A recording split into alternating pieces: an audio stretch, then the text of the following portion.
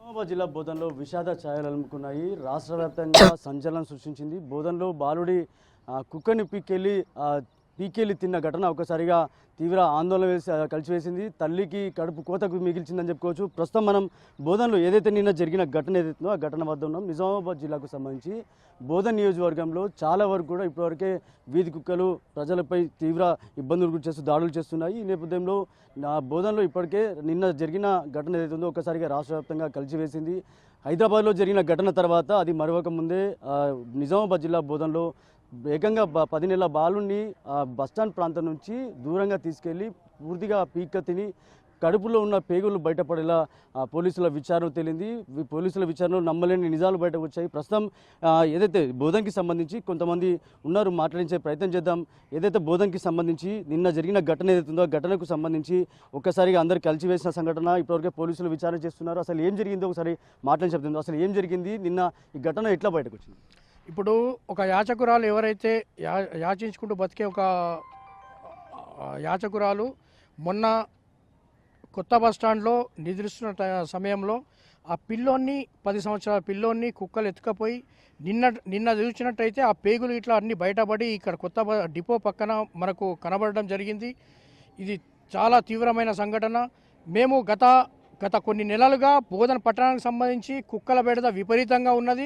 దీనికి సంబంధించి మేము మున్సిపల్ అధికారులకు ఎన్నోసార్లు విన్నవించడం జరిగింది. అయినప్పటికీ కూడా మున్సిపల్ అధికారులు ఇప్పటికి కూడా నిమ్మకు నీరెత్తినట్టు వివరించడం మూలంగా ఈ దాడులు జరుగుతూ ఉన్నాయి. ఈ దాడులు చూసినట్టయితే వార్డులలో ప్రజలు చిన్న పిల్లల్ని కనీసం ఆడుకోవడానికి కూడా బయటకు పంపించే పరిస్థితి లేదు. ఎందుకంటే వందల సంఖ్యలో బోధన్ మున్సిపాలిటీలో కుక్కల దాడిలో గాయపడిన వంటి వ్యక్తులు చాలామంది ఉండడం జరిగింది. దీనిపైన మన అధికారులు ఇమ్మీడియట్గా యాక్షన్ తీసుకోవాలి. ఎట్లా చూస్తారు? నిజంగా ఈ ఘటన తల్లికి కడుపు కోత మిగిల్చిందని చెప్పుకోవచ్చు. ఎట్లయితే చాలా దురదృష్టకరమైన విషయం ఏంటంటే పాపం 10 నెలల బాలుని మరి అంత దారుణంగా కుక్కలు దాడి చేసి పీక్క తినడం దురదృష్టకరం, ఎంతో కలిచివేసిన విషయం. ఎందుకంటే ఈ క్రమం ఎందుకు జరుగుతుంది? గతంలో ఎన్నో కార్యక్రమాలు చేసి మేము అధికారుల దృష్టికి తీసుకెళ్ళినా కూడా మరి నిమ్మకు నీరైనట్టు వ్యవహరించడం చాలా దారుణం. 38 వార్డులో కుక్కల బెడద విపరీతంగా ఉన్నా కూడా అధికారులు పట్టించుకోకపోవడం వల్ల ఇదంతా జరిగిందని మేము భావిస్తున్నాము.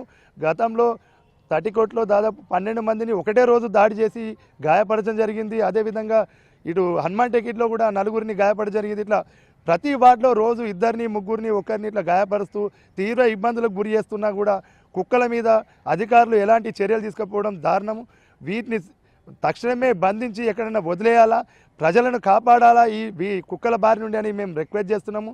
ఈ కుక్కల సమస్యకు ఎన్నోసార్లు మేము అధికారుల దృష్టికి తీసుకొచ్చినా కూడా వాళ్ళు పరిష్కారం అయితే చేయలేదు. 1 సంవత్సరం నుండి మేము చెప్తూనే ఉన్నాము. ఎప్పుడు పోయినా ఎల్లప్పుడు పోయినా వాళ్ళు ఏమంటున్నారంటే మా దగ్గర స్టాఫ్ లేరు, శానిటరీ ఇన్స్పెక్టర్ లేడు, టీఈ లేడు, డిఈ లేడు, ఎన్విరాన్మెంట్ ఇంజనీర్ లేడు, టౌన్ ప్లానింగ్ ఆఫీసర్ లేరు. మాకు గత 15 సంవత్సరాల ముందు ఏదైతే అవుట్ సోర్సింగ్ ఉన్నాయో 160 మెంబర్స్ అంతే ఉన్నారు. ఇప్పుడు పాపులేషన్ ముందేమో 25, 26 వార్డులు ఉండేవి, ఇప్పుడు 38 వార్డులు వచ్చినాయి. ఇంతకుముందు దగ్గర బోధన్ టౌన్లో ఉన్న 1,00,000 మంది కంటే ఇప్పుడు 1,50,000 పెరిగినాయి. స్ట్రెంత్ పెరిగింది కానీ శానిటేషన్ డిపార్ట్మెంట్ పెరగలేదని వాళ్ళు మాకు చెప్తున్నారు. అదేవిధంగా తెలంగాణ ప్రభుత్వం కూడా ఇప్పుడు 119 సీట్ల నుంచి 153 చేయాల్సిన పరిస్థితి వాళ్ళు ఎట్లా తీసుకొస్తున్నారు. అదేవిధంగా మున్సిపాలిటీలను కూడా అభివృద్ధి చేయాల్సిన అవకాశం ఉంది. 1952లో స్థాపించిన బోధన్ మున్సిపాలిటీ ఇది. ఫ్రమ్ 1952 4th టాప్ నెంబర్లో ఉండేది మున్సిపాలిటీది శానిటేషన్లో. కానీ ఇప్పుడు చాలా దారుణం.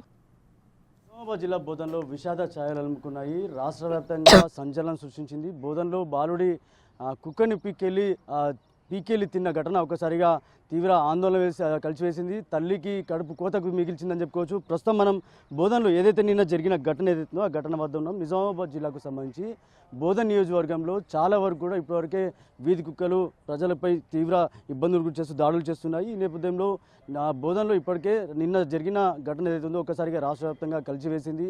హైదరాబాద్లో జరిగిన ఘటన తర్వాత అది మరొక ముందే నిజామాబాద్ జిల్లా బోధన్లో ఏకంగా 10 నెలల బాలుని బస్టాండ్ ప్రాంతం నుంచి దూరంగా తీసుకెళ్లి పూర్తిగా పీక్క తిని కడుపులో ఉన్న పేగులు బయటపడేలా పోలీసుల విచారణ తేలింది. పోలీసుల విచారణలో నమ్మలేని నిజాలు బయటకు వచ్చాయి. ప్రస్తుతం ఏదైతే బోధన్కి సంబంధించి కొంతమంది ఉన్నారు, మాట్లాడించే ప్రయత్నం చేద్దాం. ఏదైతే బోధన్కి సంబంధించి నిన్న జరిగిన ఘటన ఏదైతుందో ఆ ఘటనకు సంబంధించి ఒక్కసారిగా అందరు కలిసివేసిన సంఘటన ఇప్పటివరకు పోలీసులు విచారణ చేస్తున్నారు. అసలు ఏం జరిగిందో ఒకసారి మాట్లాడి చెప్తుంది. అసలు ఏం జరిగింది, నిన్న ఈ ఘటన ఎట్లా బయటకు వచ్చింది?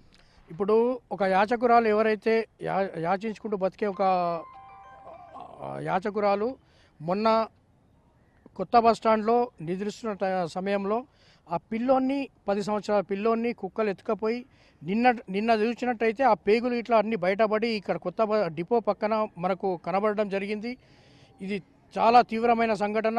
మేము గత కొన్ని నెలలుగా బోధన పట్టణానికి సంబంధించి కుక్కల బెడద విపరీతంగా ఉన్నది. దీనికి సంబంధించి మేము మున్సిపల్ అధికారులకు ఎన్నోసార్లు విన్నవించడం జరిగింది. అయినప్పటికీ కూడా మున్సిపల్ అధికారులు ఇప్పటికి కూడా నిమ్మకు నీరెత్తినట్టు వివరించడం మూలంగా ఈ దాడులు జరుగుతూ ఉన్నాయి. ఈ దాడులు చూసినట్టయితే వార్డులలో ప్రజలు చిన్న పిల్లల్ని కనీసం ఆడుకోవడానికి కూడా బయటకు పంపించే పరిస్థితి లేదు. ఎందుకంటే వందల సంఖ్యలో బోధన్ మున్సిపాలిటీలో కుక్కల దాడిలో గాయపడిన వంటి వ్యక్తులు చాలామంది ఉండడం జరిగింది. దీనిపైన మన అధికారులు ఇమ్మీడియట్గా యాక్షన్ తీసుకోవాలి. ఎట్లా చూస్తారు నిజంగా ఈ ఘటన? తల్లికి కడుపు కోత మిగిల్చిందని చెప్పుకోవచ్చు. ఎట్లయితే చాలా దురదృష్టకరమైన విషయం ఏంటంటే పాపం 10 నెలల బాలుణ్ణి మరి అంత దారుణంగా కుక్కలు దాడి చేసి పీక్క తినడం ఇది దురదృష్టకరం, ఎంతో కలిచివేసిన విషయం. ఎందుకంటే ఈ క్రమం ఎందుకు జరుగుతుంది? గతంలో ఎన్నో కార్యక్రమాలు చేసి మేము అధికారుల దృష్టికి తీసుకెళ్ళినా కూడా మరి నిమ్మకు నీరైనట్టు వ్యవహరించడం చాలా దారుణం. 38 వార్డులో కుక్కల బెడద విపరీతంగా ఉన్నా కూడా అధికారులు పట్టించుకోకపోవడం వల్ల ఇదంతా జరిగిందని మేము భావిస్తున్నాము. గతంలో తటికోట్లో దాదాపు 12 మందిని ఒకటే రోజు దాడి చేసి గాయపరచడం జరిగింది. అదేవిధంగా ఇటు హనుమాన్ టెకిట్లో కూడా 4గురిని గాయపడడం జరిగింది. ఇట్లా ప్రతి వార్డులో రోజు 2, 3 ఒకరిని ఇట్లా గాయపరుస్తూ తీవ్ర ఇబ్బందులకు గురి చేస్తున్నా కూడా కుక్కల మీద అధికారులు ఎలాంటి చర్యలు తీసుకపోవడం దారుణము. వీటిని తక్షణమే బంధించి ఎక్కడైనా వదిలేయాలా, ప్రజలను కాపాడాలా ఈ కుక్కల బారి నుండి అని మేము రిక్వెస్ట్ చేస్తున్నాము. ఈ కుక్కల సమస్యకు ఎన్నోసార్లు మేము అధికారుల దృష్టికి తీసుకొచ్చినా కూడా వాళ్ళు పరిష్కారం అయితే చేయలేదు. 1 సంవత్సరం నుండి మేము చెప్తూనే ఉన్నాము. ఎప్పుడు పోయినా ఎల్లప్పుడు పోయినా వాళ్ళు ఏమంటున్నారంటే మా దగ్గర స్టాఫ్ లేరు, శానిటరీ ఇన్స్పెక్టర్ లేడు, టీఈ లేడు, డిఈ లేడు, ఎన్విరాన్మెంట్ ఇంజనీర్ లేడు, టౌన్ ప్లానింగ్ ఆఫీసర్ లేరు. మాకు గత 15 సంవత్సరాల ముందు ఏదైతే అవుట్ సోర్సింగ్ ఉన్నాయో 160 మెంబర్స్ అంతే ఉన్నారు. ఇప్పుడు పాపులేషన్ ముందేమో 25, 26 వార్డులు ఉండేవి, ఇప్పుడు 38 వార్డులు వచ్చినాయి. ఇంతకుముందు దగ్గర బోధన్ టౌన్లో ఉన్న 1,00,000 మంది కంటే ఇప్పుడు 1,50,000 పెరిగినాయి.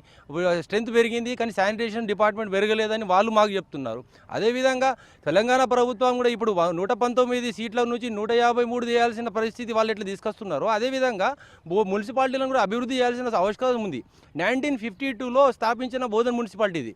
ఫ్రమ్ 1952 4th టాప్ నెంబర్లో ఉండేది మున్సిపాలిటీది శానిటేషన్లో. కానీ ఇప్పుడు చాలా దారుణం. పోలీసుల విచారణలో నమ్మలేని నిజాలు బయటకు వచ్చాయి. బాబు పేగులు బయటపడ్డాయి, కళేబరాలు బయటపడ్డాయి. దీంతో ఒక్కసారిగా ఉలిక్కిపడ్డారు, కేసు నమోదు చేసుకొని దర్యాప్తు చేపట్టారు. ఈ ఘటన ఏదైతుందో మరోసారి పునరావృతం కాకుండా చర్యలు తీసుకోవాలని చెప్పి కోరుతున్నారు. అనిమల్ బర్త్ కేర్ కింద ఆ నిబంధనలు అమలు చేయాలని చెప్పి కూడా ఇక్కడ కోరుతున్న పరిస్థితి నెలకొంది. కెమెరా సందీప్తో రాజేష్, బిగ్ టీవీ, బోధన్ నుంచి.